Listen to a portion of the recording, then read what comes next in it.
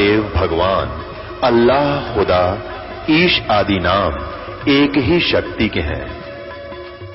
वो कैसा है, कहां है, कैसे मिलता है, किसने देखा है? ये प्रश्नवाचक चिन्ह पूर्ण रूप से हटाने के लिए अवश्य सुनिए जगत गुरु तत्वदर्शी संत रामपाल जी महाराज के अमृत वचन, सर्व पवित्र धर्मों के पवित्र शास्त्रों के आधार पर। क्या बताया है कि एक पुण्य एक पापी आया, एक है सोम दलेल रे, गरीब दास सतपुरुष भजन बिन, ये सब ही काल की जेल रे। तो हम यहां जेल में रह रहे हैं, हम स्वतंत्र नहीं हैं। आप अपने कर्मों के आधार से एक दूसरे के साथ जुड़े हुए हो। किसी की पत्नी परेशान करती है तो किसी का पति कर रहा है, किसी का पिता शराबी है तो किसी का पुत्र शराबी है, किसी की बेटी निकम्मी है तो किसी का बेटा निकम्मा है। यानी वो संस्कार हमारे जुड़े हुए हैं और वो हमें भोगने के लिए विवश रहना पड़ता है। और फिर हम अन्य यहाँ कष्ट हमारे ऊपर हैं, जैसे हम बच्चों की परवरिश करते हैं, उसके वश होकर के हम सारा दिन काम करते हैं, शाम ने अपनी उसी कोठड़ी में आ जाते हैं। तो ये ऐसी व्यवस्था है इस जेल की, हम लगते हैं स्वतंत्र लेकिन हम हैं पूर्ण रूप से परतंत्र। प्रत्येक क्रिया में हम परतंत्र हैं। ये कुछ दिनों में आपका समझ में आ जाएगी। जैसे संतानों उत्पत्ति की व्यवस्था है, इसमें विवश है प्राणी।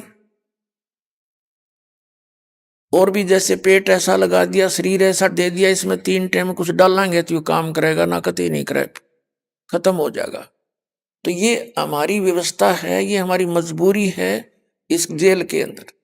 और स्वतंत्र हम होंगे सतलोक में जाके, वहां कोई काम नहीं करना।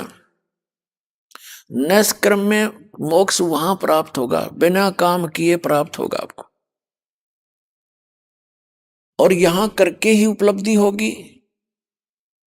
आप जी को कल भी बताया था, फिर भी थोड़ा रिवाइज करते हैं। आप जी यहां पर जो रह रहे हो, इसको दूसरे शब्दों में अब ऐसे डिफाइन करेंगे। एक तो ये जेल है ही, क्योंकि यहां जन्म मृत्यु और पशु पक्षियों की योनियां, ये बहुत कष्ट है। मनुष्य जीवन में भी कोई प्राणी सुखी नहीं है। परमेश्वर ने आके बताया है कि तन दर सुखिया कोई ना देखा, जो देखा सो दुखिया हो। उदय अस्त की बात करे, मन सबका करया विवेका हो। घाटे बाधे सब जग दुखिया, क्या गृहस्थी बैरागी हो। सुखदेव ने दुख के डर से गर्भ में माया त्यागी हो। जंगम दुखिया जोगी दुखिया, तपस्वी को दुख दूना हो। आशा तृष्णा सबको व्यापे, कोई मैल ना सुनना हो। साच कहूं तो जग नहीं माने, झूठ कही ना जाई हो। ये ब्रह्मा विष्णु शिव जी दुखिया, जिन ये राह चलाई हो। फिर परमात्मा बताते हैं कि सुरपति दुखिया, भूपति दुखिया, रंग दुखी बपरीति हो। कह कबीर और सब दुखिया, एक संत सुखी मन जीती हो।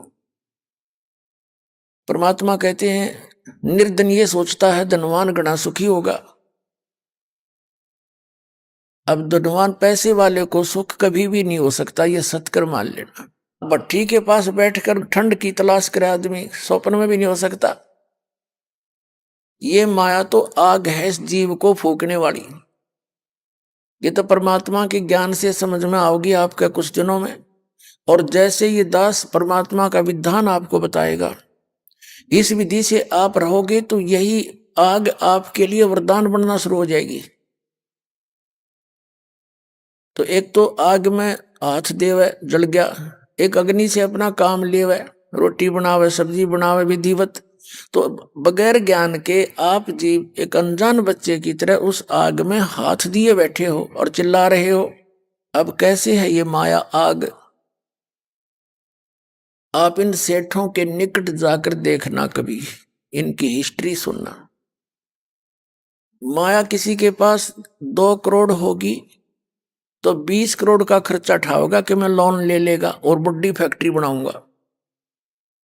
और उस फैक्ट्री में होगी हड़ताल, वो सारा ताम जाम खराब हो गया, बैठ गया उड़े माथे पादर के, हो गया सुख उस माया ने।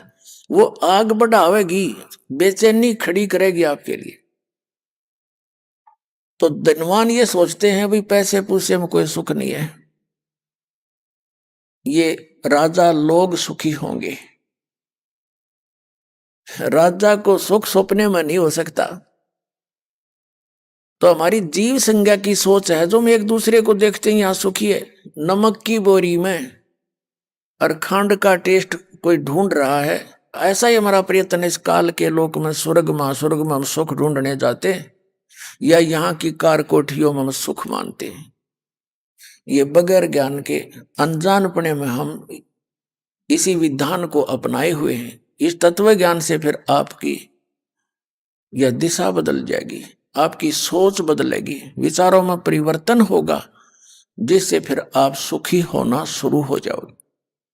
अब राजा लोग दुखी होते हैं तो वो सोचते हैं भाई यहां तक हमने सुख की देखा नहीं। विचार करने की बात है, एक परिवार का मुखिया चार पांच घर के सदस्यों की व्यवस्था में टेंशन ग्रस्त रहता है, और राजा तो एक क्षेत्र का प्रजा पिता होता है, प्रजा का स्वामी होता है।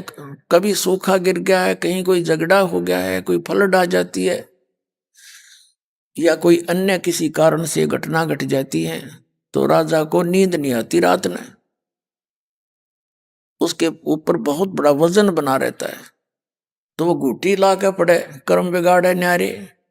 तो ऐसे फिर कहते हैं, राजा सोचता है कि भी स्वर्ग लोक के देवता सुखी होंगे। अब देवताओं से कोई बात करता है, वो कहते हैं भाई इंद्र सुखी है यहाँ का राजा, हमने कोई सुख नहीं। सुख तो वहां हो जहां परमात्मा की प्रेजेंस हो, जहां परमात्मा हो। तो यहाँ 21 ब्रह्मांड में काल की प्रभुता है, इस काल की व्यवस्था है, तो यहां सुख हो ही नहीं सकता। फिर इंद्र ये सोचता है कि ब्रह्मा विष्णु महेश सुखी होंगे। इंद्र की हिस्ट्री आप पढ़ के देखो, स्वर्ग के राजा की, इन पुराणों के अंदर उसकी कैसी कैसी दुर्गति हुई, कैसे मलिन विचार उन लोगों के। जो बकवाद यहां करने को नहीं मिलती, इनके स्वर्ग में उपलब्ध है, और वो कर्म फोड़ने की है सारी, अपने पुण्य समाप्त करना और पाप के भागी बनना। अपनात्माओं, आप जी ने अध्यात्म ज्ञान ढंग से नहीं सुनाना मिला आपको सुनने को। अब इस अध्यात्म ज्ञान से, तत्व ज्ञान से आप परिचित हो जाओगे, फिर दास की एक एक बातें जो सत्य तो हैं ही, पर आपको भी सच्ची लगने लग जाएंगी कुछ दिनों में। क्योंकि अभी तक आपने कोरा अज्ञान सुन रखा है, अध्यात्म मार्ग का कोई ज्ञान नहीं पृथ्वी पर नहीं है। और इसी कारण से इस दास का विरोध हो रहा है कि दास साची कहता है, अन्य संत झूठ पर आधारित हैं। वो स्वयं तो बोलते नहीं है, लेकिन अपने शिष्यों को मिसगाइड करते रहते हैं, वो झूठ बोलता है। अब शेष बेचारे श्रद्धालु होते हैं, वो तो आंख नीचे बैठे हैं गुग्गू की तरह। हमारे गुरु जी जो बोल रहे हैं, सत्य और असत्य का निर्णय कोई आधार बनाकर किया जाता है। हमारे आधार हैं हमारे सदग्रंथ और उन महापुरुषों का अनुभव जिन्होंने परमात्मा पाया। इसके विपरीत जो ज्ञान दे रहा है वो झूठ बोल रहा है, वो झूठा संत है, और जनता को गुमराह करके पाप का भागी हो रहा है, और उसके अनुयायी भी अपना जीवन नाश कर रहे हैं। उन्हीं के लिए दास तड़प रहा है, भटक रहा है, और ये रह कर ये कथा सुना रहा है, और बार बार चिल्ला रहा है कि तुम गलत दिशा में जा रहे हो, ये संत झूठे हैं, इनके पास भक्ति मार्ग है नहीं, तुम्हारा जीवन नाश हो रहा है। और ये अनमोल मनुष्य जीवन, हीरा जन्म अनमोल था, यो कौड़ी बदले जावे। तो पुण्यात्माओं, इंद्र सोचता है ब्रह्मा विष्णु महेश सुखी होंगे। इन ब्रह्मा विष्णु महेश का इतिहास पढ़ कर देखो पुराणों में, अपने ही इतिहास में, इन्हीं की जीवनी में लिखा है ये कितने सुखी।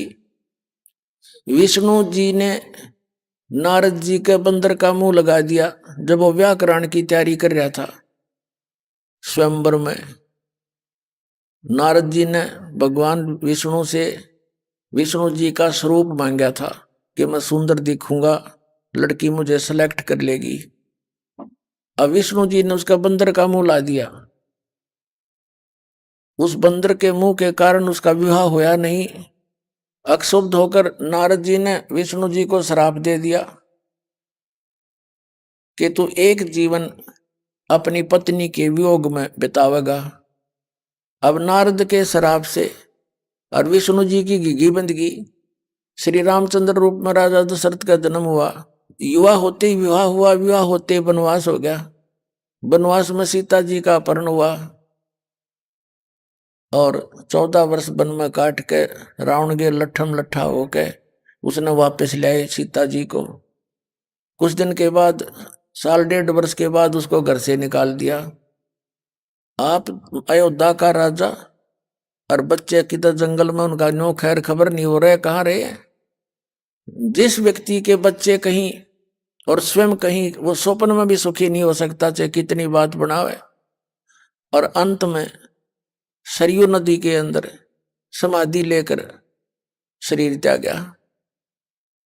उसी के बाद श्री कृष्ण रूप में जन्म हुआ श्री राम का, यानी श्री विष्णु जी का। श्री कृष्ण जी के इतिहास को देख लो, जेल में जन्म हुआ, मामा दुश्मन बन गया।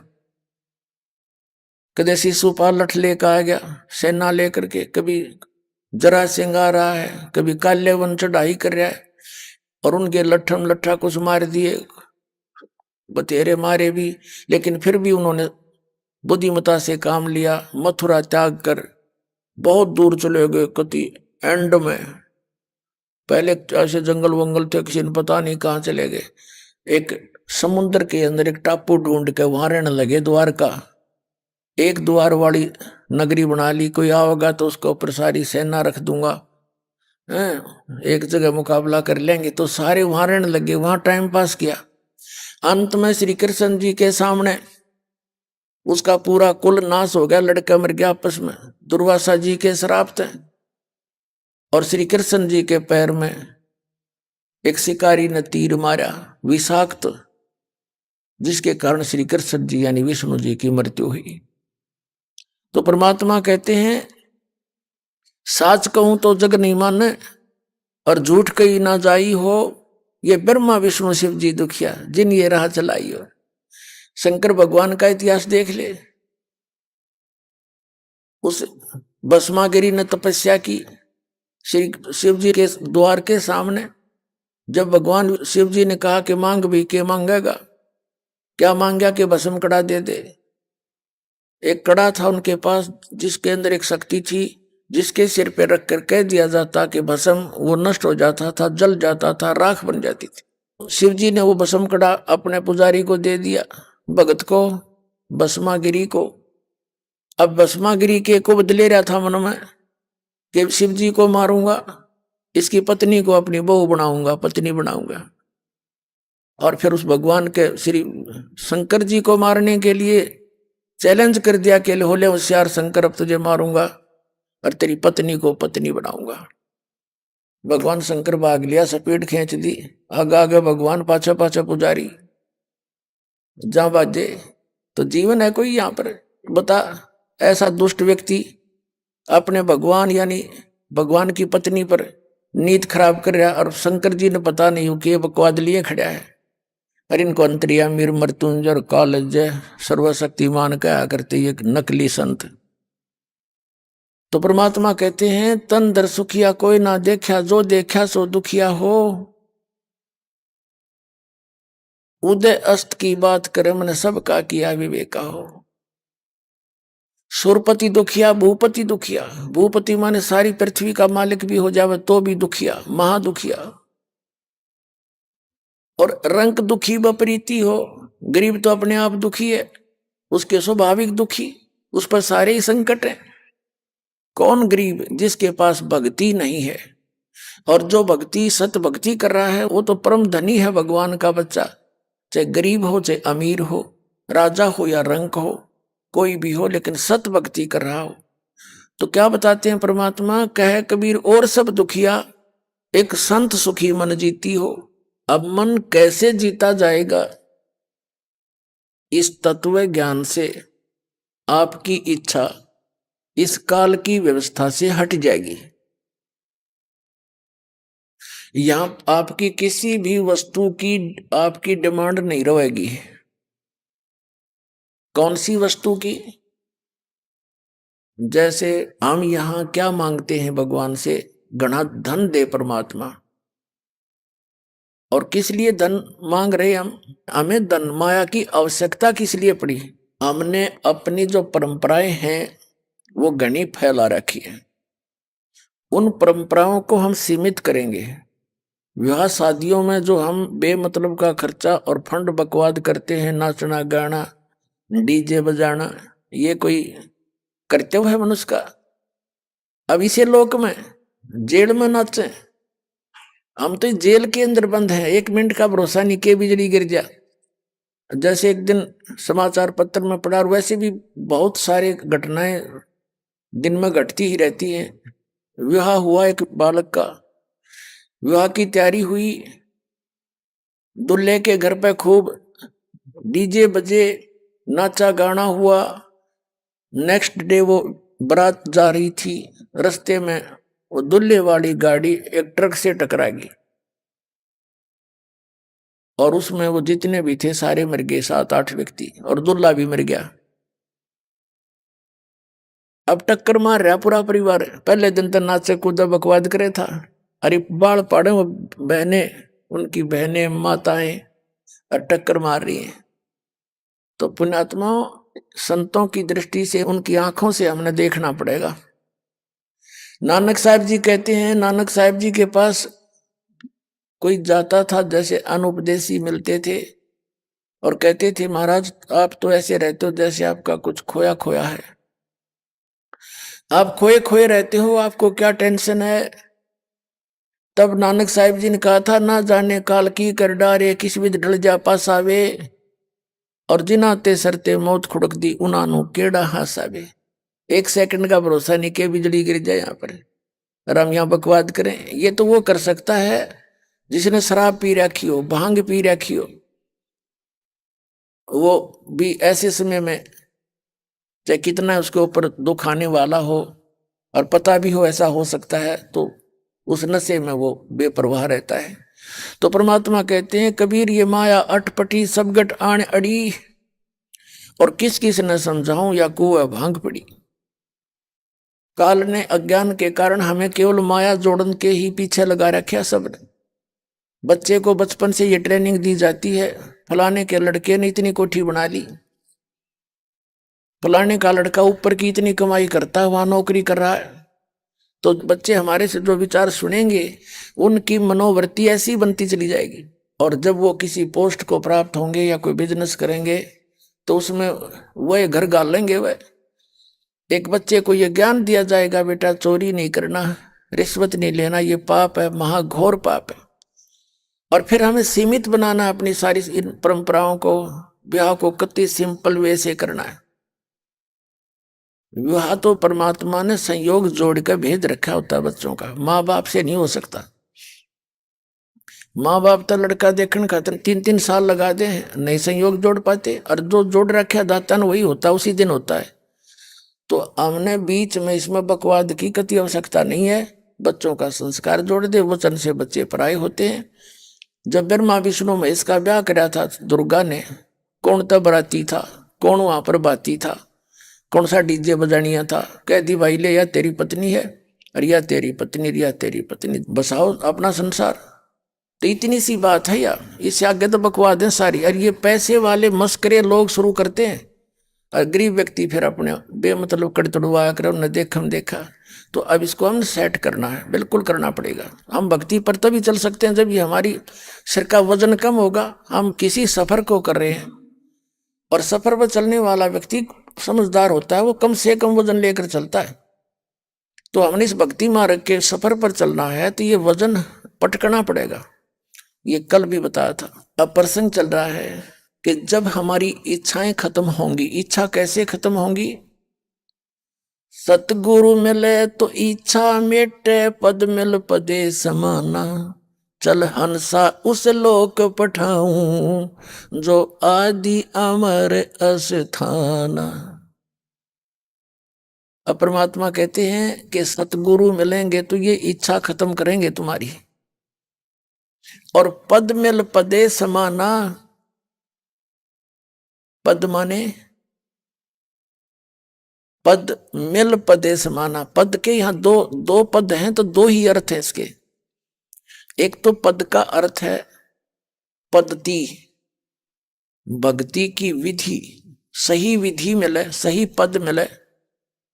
पद मिल पदे समाना, और फिर उस पद को प्राप्त करेंगे जो श्रीमद् भगवद गीता अध्याय नंबर 15 के श्लोक नंबर 4 में कहा है कि तत्वदर्शी संत के मिलने के पश्चात उस तत्व ज्ञान को अच्छी तरह समझकर उसके पश्चात परमेश्वर के उस परम पद की खोज करनी चाहिए, जहां जाने के बाद साधक फिर लौटकर कभी संसार में नहीं आते, जिनकी कभी जन्म मृत्यु नहीं होती। तो सतगुरु मिले तो इच्छा मिटे, पद मिल पदे समाना, और चल हंसा उस लोक पठाऊं जो आदि अमर अस्थाना। अपने आत्मा, हमने परमात्मा के मार्ग पर चलना है। सफर करने से पहले हमने ये तय करना होता है कि कौन सा रास्ता है और किसने बताया है। वो ये जो मार्ग पर हम चलने जा रहे हैं वो किससे सुना है। तो हमने जिस व्यक्ति से सुना है,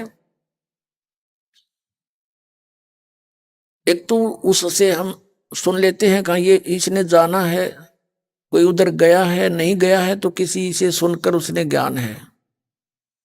और दूसरा फिर हमारे पास मैप होता है, मानचित्र।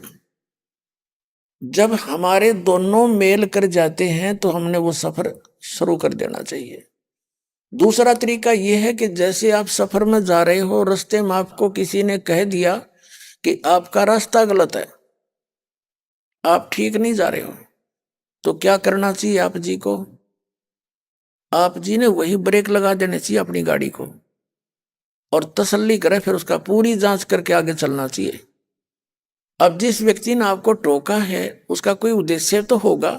अब जैसे आप सफर में जा रहे हो और आपको रास्ते में किसी ने बोल दिया कि आप गलत जा रहे हो, तो आपका फर्ज बनता है वहीं रुके, तसल्ली करे, पूरी जांच करे। अब जांच के दो तरीके हैं। एक तो आप जिससे सुनकर उसकी बात पर विश्वास करके सफर करने चले हो, आपको विश्वास था किसी ने सही बताया है, तो रास्ते में किसी ने आपको टोका है, तो वो क्यों टोका है तो आप जी ने फिर जांच करनी चाहिए। एक दूसरे से और पूछे, उससे पता करके फिर आगे सफर करें। और फिर आपको डाउट होता है, वो व्यक्ति फिर भी कहता है कि ये भी गलत बता रहे हैं आपको, तो उसका क्या तरीका है? फिर मैप देखे। ऐसी स्थिति में आप आ जाते हो कहीं पर, तो आपको वो व्यक्ति जो मना कर रहा है कि आप गलत जा रहे हो, तो उससे पूछा भी आप बताओ आपके पास क्या प्रमाण है मैं गलत जा रहा हूं, तो वो फिर मैप दिखाता है। तो आपने विश्वास करना पड़ेगा, सचमुच वो बताएगा कि आप यहां खड़े हो, आपका रास्ता इधर, आप जा रहे हो इधर। तो उस मैप को देख करके आपको विश्वास होगा, क्योंकि वो मैप ISI मार्ग का होना चाहिए। तो दास जो कहना चाह रहे आपको कि दास 17 वर्ष से आवाज लगा रहे हैं कि जितने भी ये संत हैं पृथ्वी पे आज के दिन में, ये सब भ्रमित है, ये मिसगाइड कर रहे हैं, पूरे मानव समाज का जीवन नाश कर रहे हैं। इनके पास कोई आधार नहीं है ज्ञान का, उवाबाई बक रहे हैं, अपने अपने तुक्के लगा रहे हैं, अपनी अपनी साधना बता रहे हैं, जिनका कोई आधार नहीं, कोई सदग्रंथ आधार नहीं है। और ये श्रद्धालु इतने अंधविश्वासी हो गए, उनके ऊपर विश्वास कर लिया कि नहीं हमारे गुरुजी ने जो बता दिया सत्य है। और जो दास कह रहा है कि तुम गलत जा रहे हो, विचार तो करना चाहिए या मेरे से पूछना चाहिए आप कैसे गलत कह रहे हो, हमें प्रमाण तो दो। और मैं एक पॉइंट पर 6 प्रमाण देता दास, ये ISI मार्ग के मैप दिखाता हूं जो आपको भी मान्य है कि सचमुच ये सही है। और वो आप देख नहीं पाए उनको, आपके गुरुओं को उसका पता नहीं, तो ईबदास चाहता कि तुम स्वयं देखो, वो नहीं मानेंगे। वो तो इज्जत और बेइज्जती पड़े रहेंगे, संत को आवे हैं, लेकिन वो भी नालायक व्यक्ति होता है जो अपना जीवन नाश करे और गिल साथ में अनुयायियों को डुबोए। वो संत नहीं होता, वो तो राक्षस है। देखो ये दास आज इस अतिथि में होता, मुझे पता लगता कि मेरा ज्ञान गलत है, प्रमाण दे दे कोई, मैं मान लूंगा कति, और सबको कह दूंगा सार्वजनिक तरीके से कि वो ज्ञान सही है भाई, मेरे पास ज्ञान नहीं था।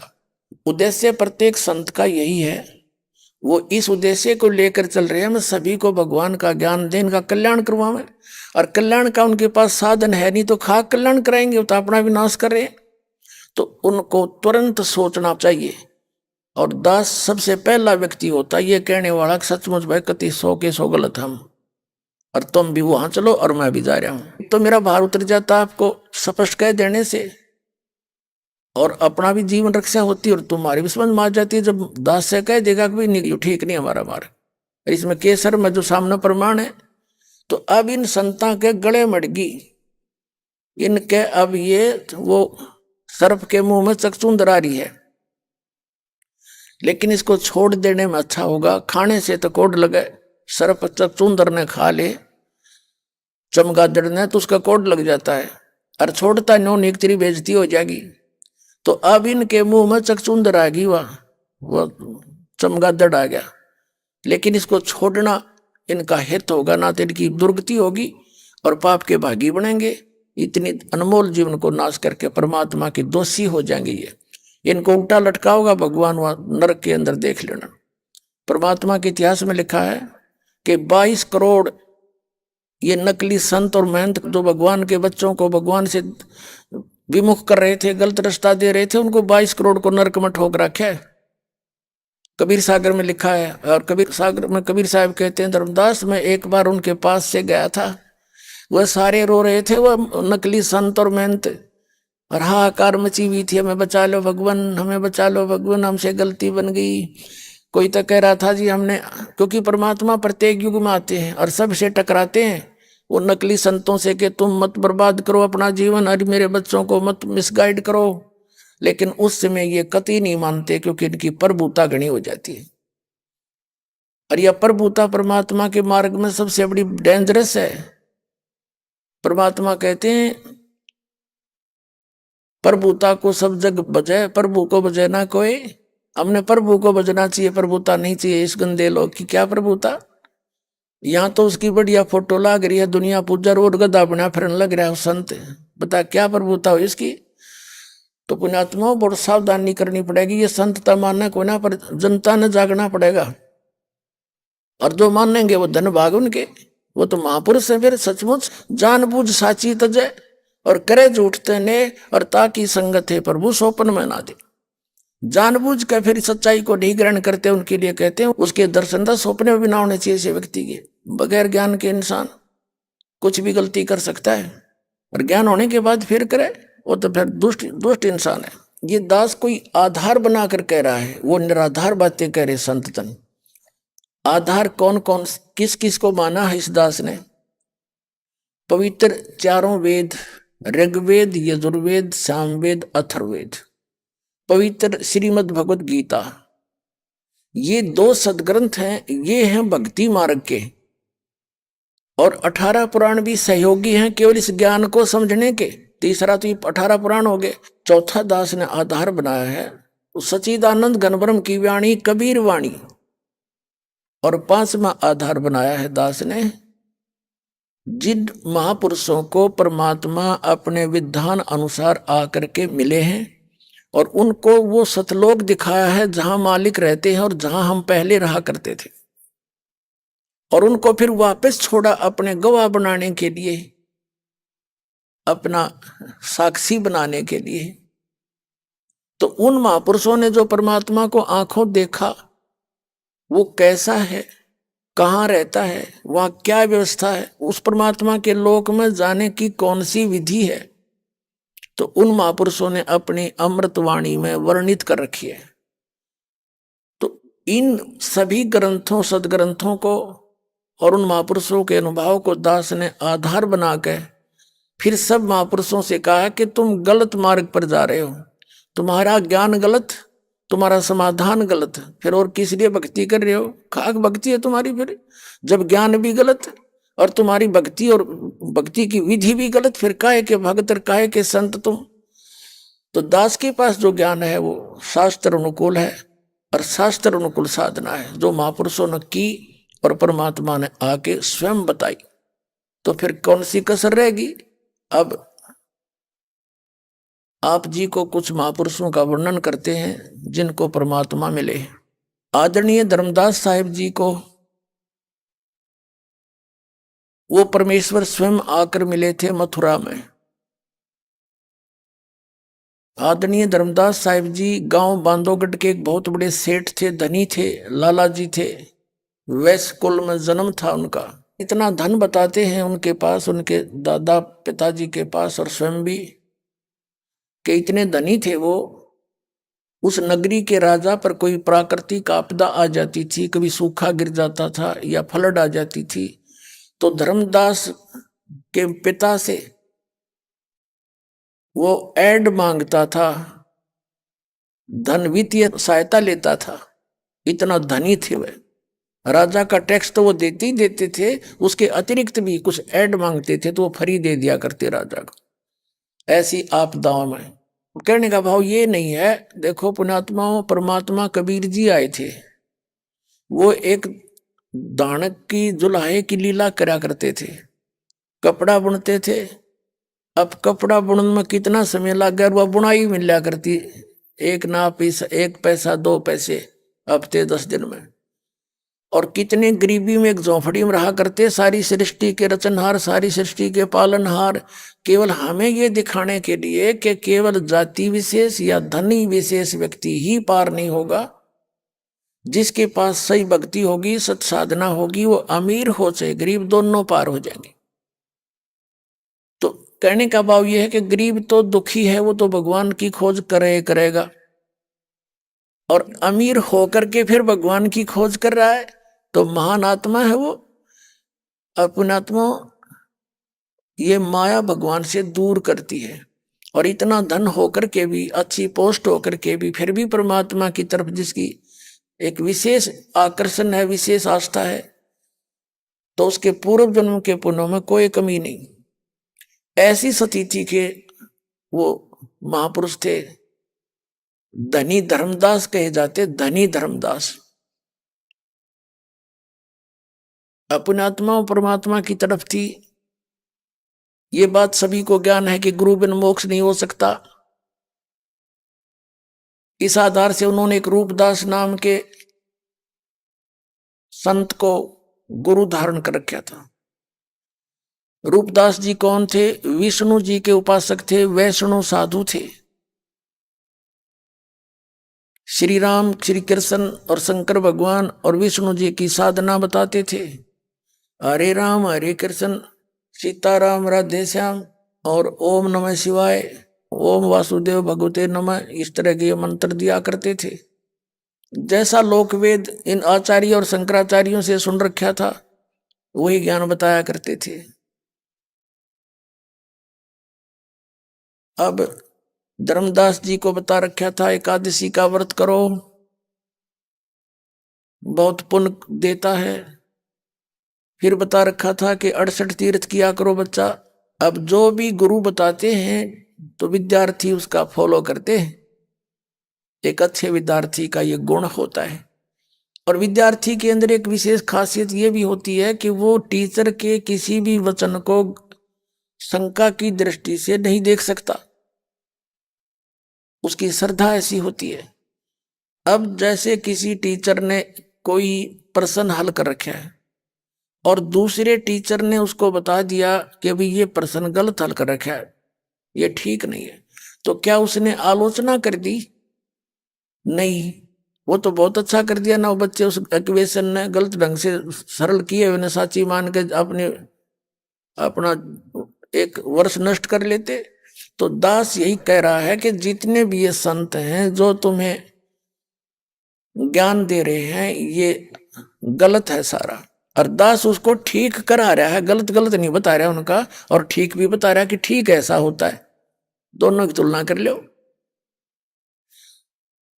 तो धर्मदास जी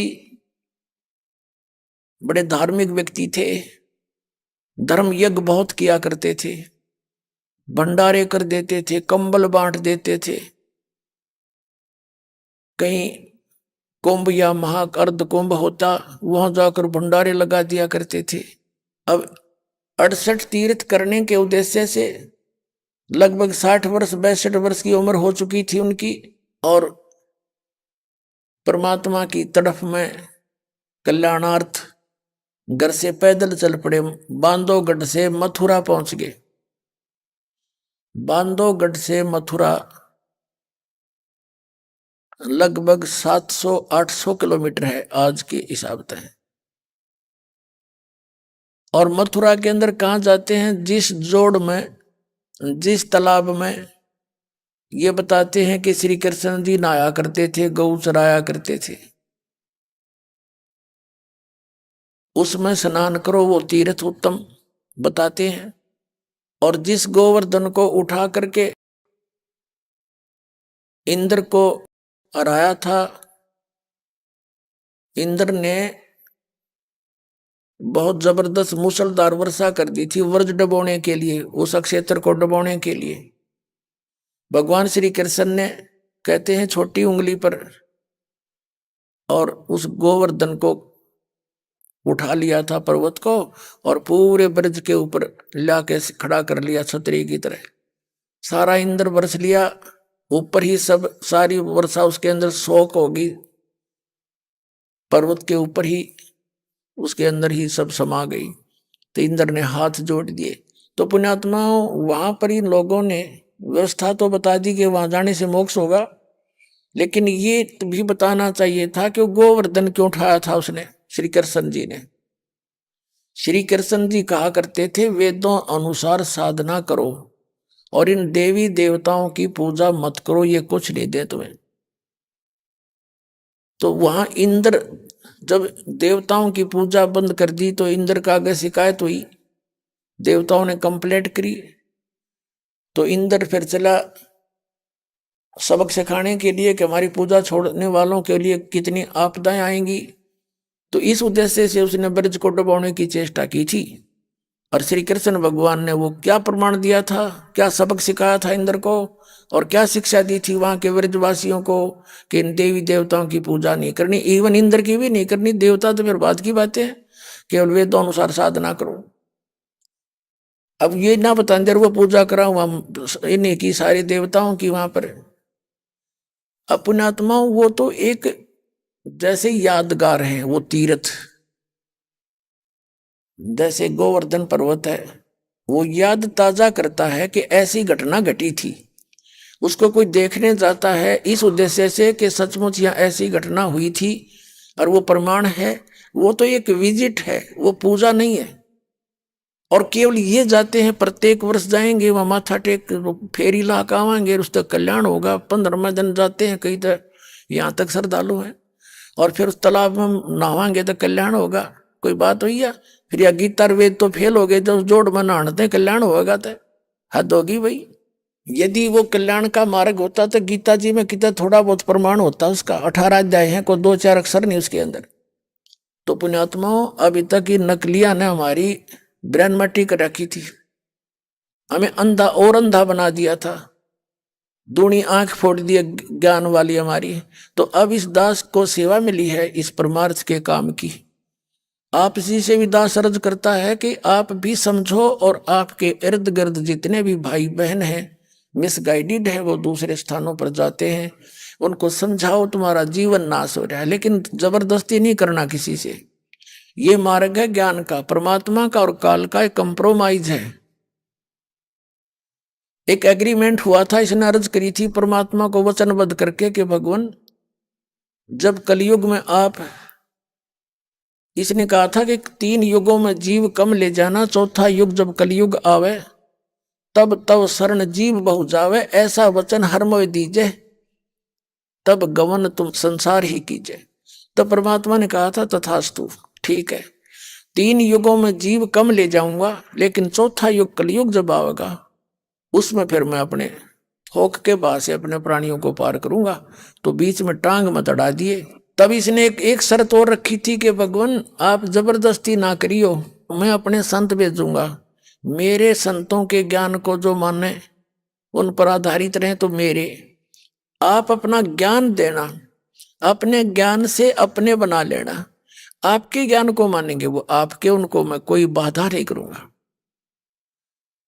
जब परमात्मा ने कहा था ठीक है, ये तो बिल्कुल अंडरस्टूड है, जब तक ज्ञान नहीं होगा मेरा मुझे मानेगा कौन, बिना ज्ञान तो ये वैसे जैसे परमात्मा 600 वर्ष पहले आए थे बनारस में और कहीं पर भी प्रकट हो जाते थे अपनी प्यारी आत्माओं के लिए, तंबूरा वो लेकर के एक तारा गाया करते थे जैसे बाजीगर तमाशा दिखाता है, कहीं खड़े हो जाते थे और अपनी अमृतवाणी बोल बोल कर सुनाया करते थे, राम नाम निज सार है, राम नाम निज मूल, राम नाम सौदा करो हो, राम नाम न भूले। मानुष जन्म दुर्लभ है ये मिले न बारंबार, तरवर से पत्ता टूट गिरे वो बहोर न लगता डारे। मानुष जन्म पाए कर जो नहीं रटे हरि नाम, जैसे कुआ जल बिना फिर बनवाया क्या काम। इस तरह की प्यारी प्यारी आवाज में और इस अमृतवाणी को सुनाया करते थे भगवान। जगह जगह खड़े हो जाते थे तो 10, 20, 50 व्यक्ति इकट्ठे हो जाते थे, आकर के चारों तरफ बैठ जाते थे, 2-2, 3-3 घंटे परमात्मा खड़े खड़े उनको अमृत बरसा करा करते थे। परमात्मा की वाणी से परमात्मा के जो सुनते हैं बच्चे उन पर भी प्रभाव पड़ता है और फिर उनकी आत्मा तड़फ जाती है उस मालिक के लिए, इस जीवन से उसको पता चलता है उस ज्ञान से। तो ऐसे परमात्मा के शरण में आए थे। 64 लाख शेष हो गए थे कबीर जी के। सन 1398 से सन 1518 तक परमात्मा कबीर जी 120 वर्ष रहे थे। इस मनुष्य जीवन की एक लीला, एक भूमिका वो करते ही करते हैं प्रत्येक युग में, और उस समय प्रत्येक युग में वो लीला करते हैं जो भगवान किया करते हैं, क्योंकि वो परमात्मा ही है। उनका प्रमाण हमारे वेदों और सब पुराणों सब ग्रंथों में मिलता है। तो उस समय उस परमात्मा की आवाज को सुन के जो परमात्मा के पूर्व जन्म के संस्कारी होते हैं वो उनके चिपक जाते हैं, और जो कभी मालिक के चरणों में आए नहीं अभी तक क्रमहीन, वो इन नकली संतों के फंसे रहे, तो वो मानते नहीं, मालिक की वाणी को स्वीकार नहीं करते। अब जैसे आप जी ने टेलीविजन भी देखा, दास का ज्ञान सुना, आपके पास हमने इन भक्तों ने करोड़ों की संख्या में पुस्तक भी बांट रखी है, गांव गांव नगर नगर में जाकर। एक ये समझ लो कति फ्री ऑफ कॉस्ट में, एक लगभग ये कॉस्ट इसकी बहुत है, और भगत फ्री जाते हैं सेवा करने के लिए। केवल 10 रुपये कॉस्ट इसलिए लिया करते थे कि 10 रुपये कोई खर्चेगा तो पढ़ेगा अवश्य, नहीं तो रद्दी की टोकरी में डाल देते हैं। जैसे हमने पहले पुस्तक बांटी थी, फ्री दिया करते थे, कोई कदर नहीं की किसी ने। एक फौजी बता रहा था कि हमारा साहब ये पुस्तक लेकर आया, किसी ने ट्रेन में फ्री वितरित की थी, उसने आकर के कूड़ादान में डाल रखी थी। मैं उनके घर पे गया था किसी सेवा के लिए, कोई आदेश लेने के लिए, तो मेरी नजर पड़ी ज्ञान गंगा, तो मैंने तुरंत उठा ली, झाड़ पूछ कर घर ले आया, लगा पढ़ने, आंखों से आंसू नहीं सूखे मेरी, और आके आप भी नाम ले गया, अपने बच्चों का भी नाम दिला गया, और उसके ना समझ माई कर्म इनके। तो यहाँ परमात्मा बताते हैं कि जैसे ये सत्संग तो सभी सुनते हैं, बहुत से लोग सुनते हैं, लेकिन असर किसका होता है? इसका असर उसको होता है जो परमात्मा के पूर्व जन्म में कभी किसी ना किसी युग में कहीं ना कहीं उस मालिक की शरण में रहे हुए होते हैं, लेकिन पार नहीं हो पाते। अब उनके लिए परमात्मा भटकता है। कहते हैं जो जन मेरी शरण है ताका हूं मैं दास, गेल गेल ला गया फिरूं जब तक धरती आकाश। जो बच्चा गऊ की नजर में यो साईं को संत, भक्तों के पीछे फिरे वो भक्त वत्सल भगवंत। अब परमात्मा जगह जगह जा करके नगर नगर गांव गांव में एक दिन में 100 जगह प्रकट हो जाते थे। एक सिद्धि वो चोले धारा है। ये परमात्मा तो सिद्धियों का भंडार होता है, वो सदुपयोग करता है। ये नकली संत परमात्मा से ही एक हल्दी की गांठ लेकर सिद्धियां प्राप्त करके ये पंसारी बन जाते हैं, अपना भक्ति नाश करते हैं। अब परमात्मा ने एक एक दिन में कई कई जगह प्रकट हो करके और ऐसे अपने वचन सुनाए। जो परमात्मा के पूर्व जन्म के संस्कारी थे, एक ही परिवार में 4-5 सदस्य हैं, 2 सदस्य मानते हैं, 4 नहीं मान रहे, चाहे सिर पटक ले। अब ऐसा क्यों है? आइए अब हम उन श्रद्धालुओं के अनुभव जानते हैं जो जगत गुरु तत्वदर्शी संत रामपाल जी महाराज जी से दीक्षा प्राप्त कर चुके हैं तथा उनके द्वारा बताए गए भक्ति मार्ग पर चल रहे हैं। नमस्कार सर। नमस्कार सर। सर क्या नाम है आपका? मेरा नाम रवि कुमार है। रवि कुमार जी, आप कहाँ से हैं? मैं झारखंड के देवघर जिले से मधुपुर प्रखंड से हूँ। रवि जी, संत रामपाल जी महाराज से नाम दीक्षा आपने कब ली? संत रामपाल जी महाराज से मैंने नाम दीक्षा 13 अक्टूबर 2019 को ली। रवि जी, क्या क्या भक्ति साधनाएं की हैं आपने? बचपन से मैं आर्य समाज की भक्ति करता था। बचपन से जब से मैं पैदा हुआ, उसके बाद कुछ दिन के बाद 3-4 साल की उम्र से मुझे आर्य समाज में दाखिला करा दिया गया। वहाँ के जो भी यज्ञ करना, हवन करना, ये सब मैं करता था। और बचपन से ही मुझे सारा वेद जो है, वो जो अग्निहोत्र करते हैं, हवन करते समय, वो सारा मंत्र मुझे याद हो गया था। लेकिन मेरी परमात्मा की जो तलाश थी वो पूरी नहीं हो पा रही थी। मैं हर समय जब भी मैं नहाता था, मैं सूर्य देव की उपासना करता था। कुछ लोगों ने मुझे कहा कि सूर्य देव की पूजा करने से बहुत लाभ मिलता है।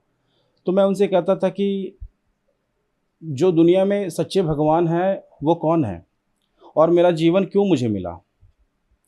मैं यही सोचता था कि मुझे काम करना पड़ता है, बहुत तरह की तकलीफ़ें होती है, भगवान ने मुझे ऐसा पैदा ही क्यों किया कि मुझे फंसा दिया। मुझे लगता था कि ऐसा कौन भगवान है जो मुझे इस हालात में छोड़ दिए हैं। तो कोई ना कोई ऐसा भगवान है जो सुप्रीम पावर है, मुझे उसकी तलाश करनी चाहिए। और उसकी तलाश करने के लिए मैं आर्य समाज में तो था ही, उसके बाद भी मैं ब्रह्मा कुमारीज़ में हनुमान जी की पूजा भी करता था। और साथ ही साथ आरएसएस विभाग में जहाँ भी मुझे लगता था कि मुझे परमात्मा की जानकारी मिल सकती है, मैं वहाँ जाता था।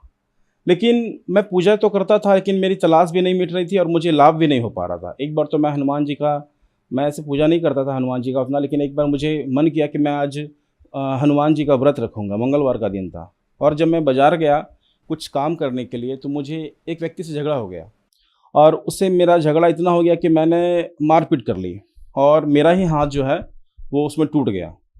तो मैं जब जब भक्ति करता था तो मेरे साथ कुछ ना कुछ अनहोनी घटना घट जाती थी, इसलिए मैं भक्ति वही नहीं करता था, लेकिन परमात्मा की तलाश में हमेशा करता ही रहता था। ब्रह्मा कुमारीज़ में मुझे बताया जाता था कि आप मुरली सुनो, ध्यान करो, मेडिटेशन करो, वो भी मैं करके देखा, लेकिन मुझे संतुष्टि कहीं नहीं मिल पा रही थी।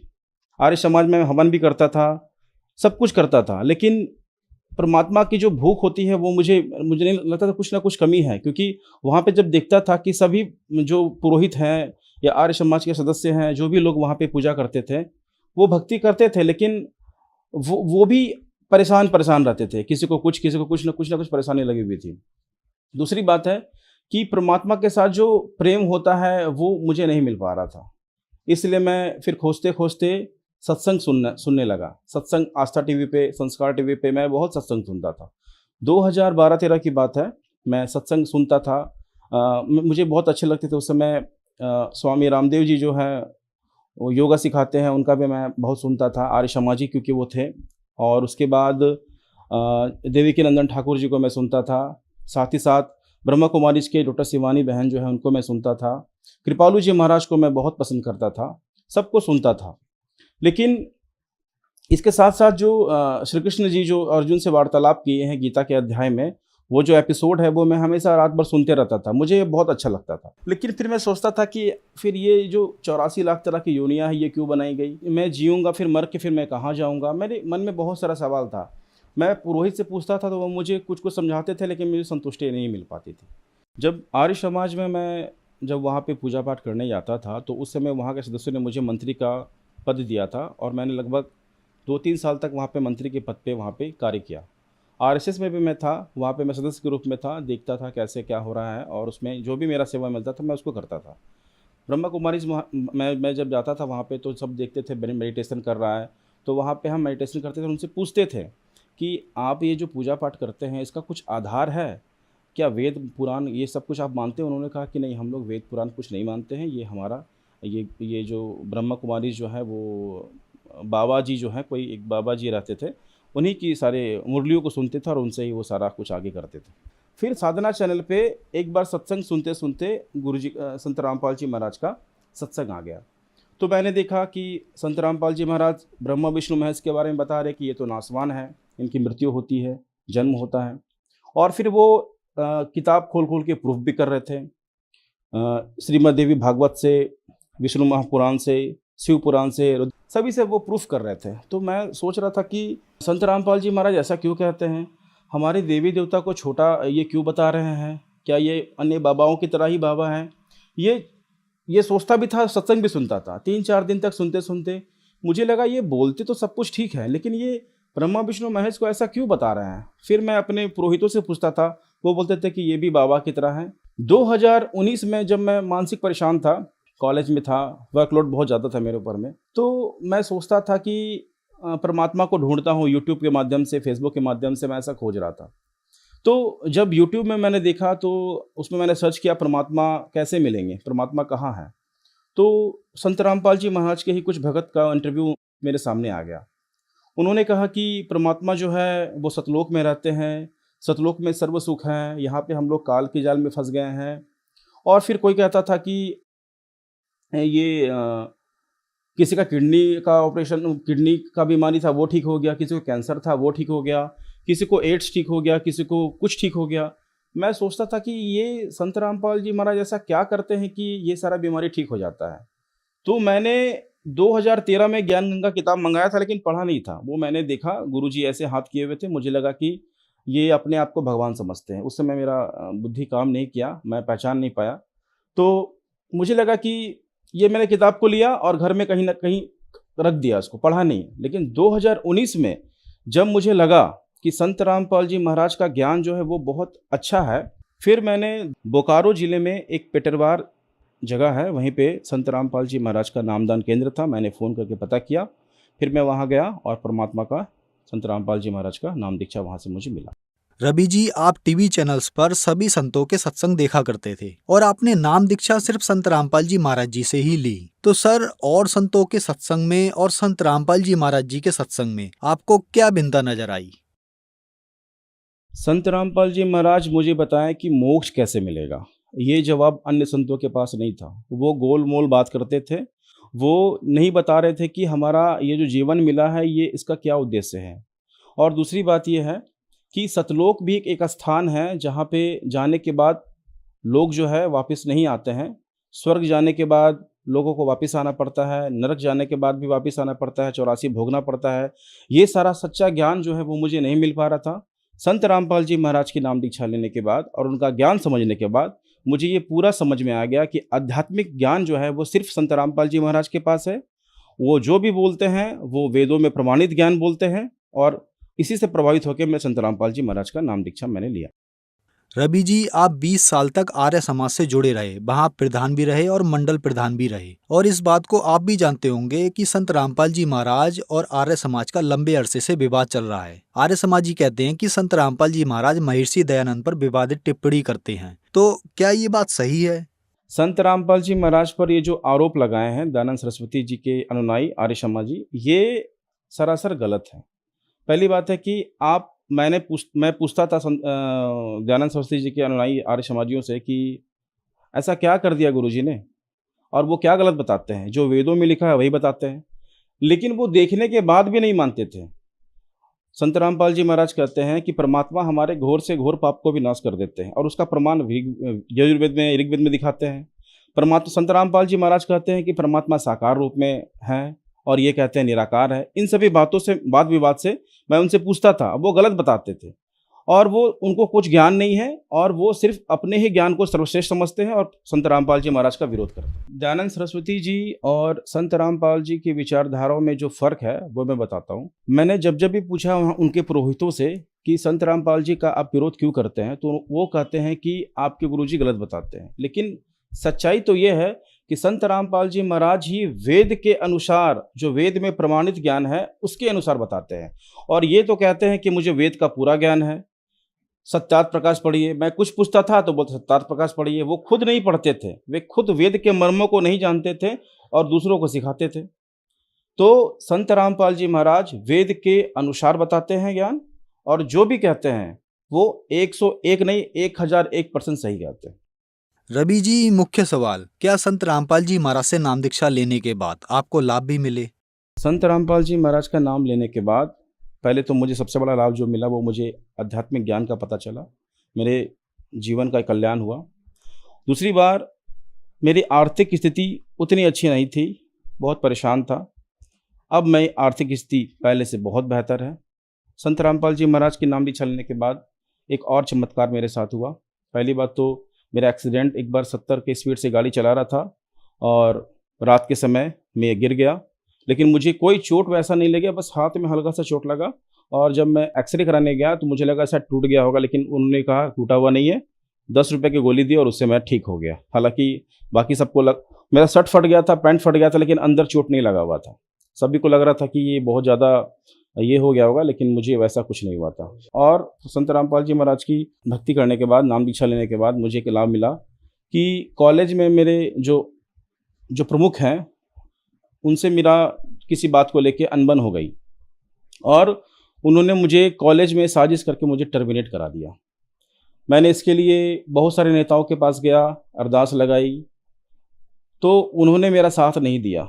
जब मैं हार गया और मेरा काम कहीं से नहीं बना तो मैंने समर्पण कर दिया कि हे संत रामपाल जी महाराज, हे कबीर साहब, अब आप ही पूर्ण परमात्मा हैं, आप ही दया करेंगे, अब मैं नहीं कुछ कर सकता, अब आप जानिए।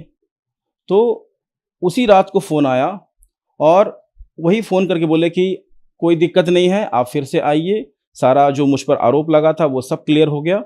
और फिर मुझे मान सम्मान के साथ उसी पोस्ट पर मुझे फिर से रख दिया गया और मैं आज वहीं सेवा कर रहा हूँ।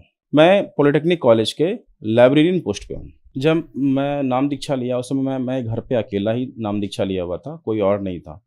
तो मैं आस पड़ोसी के सबको बोलता था और मेरे जो दोस्त हैं, मेरे जो कलीग्स हैं, मैं सबको बोलता था कि संत रामपाल जी महाराज की नाम दीक्षा लो। कुछ दिन बाद मेरी जो माता है उन्होंने कहा कि ठीक है, मैं नाम दीक्षा लूँगा, इससे क्या होगा। मैं कहा कि आप अगर संत रामपाल जी महाराज की भक्ति करेंगे, आपको आर्थिक लाभ, शारीरिक लाभ, जो कुछ भी आपको कमी है, भक्ति मार्ग में बाधक है, वो सब ठीक हो जाएगा। तो मेरी माँ ने विश्वास किया, परमात्मा का ज्ञान, संत रामपाल जी महाराज का ज्ञान समझा और नाम दीक्षा लेने के बाद उनके पैर में बहुत पुराना दर्द था। वो जब उठती थी सुबह ना तो पैर लंगड़ा लंगड़ा के उठती थी, चलने में बहुत दिक्कत होता था। संत रामपाल जी महाराज कोरोना काल के समय में जब मेरी मम्मी ने नाम दीक्षा लिया, उसी समय से नाम दीक्षा लेने के बाद ही फिर उनको पैर दर्द वो समाप्त हो गया। और यहाँ पे कमर के पास कुछ दर्द था, वो बोलती रहती थी कि हमेशा मुझे दर्द करता रहता है, वो भी दर्द समाप्त हो गया। संत रामपाल जी महाराज दीक्षा लेने के बाद मुझे ये सब लाभ हुआ। रवि जी, संत रामपाल जी महाराज से नाम दीक्षा लेने के बाद आपको बहुत सारे लाभ मिले, तो जो दर्शक आज आपको टीवी पर देख रहे हैं और वो भी संत रामपाल जी महाराज से नाम दीक्षा लेना चाहते हैं तो कैसे ले सकते हैं? आपके चैनल के माध्यम से मैं सभी को बताना चाहूँगा, चैनल पर उनका सत्संग चलता है। सत्संग चलते समय नीचे में पट्टी चलती है, उसमें संपर्क सूत्र लिखे रहते हैं। आप उस फ़ोन नंबर पर फ़ोन कीजिए और फिर अपने नज़दीकी नामदान केंद्र पर जाके संत रामपाल जी महाराज की दीक्षा प्राप्त कर सकते हैं। धन्यवाद सर। सत साहिब।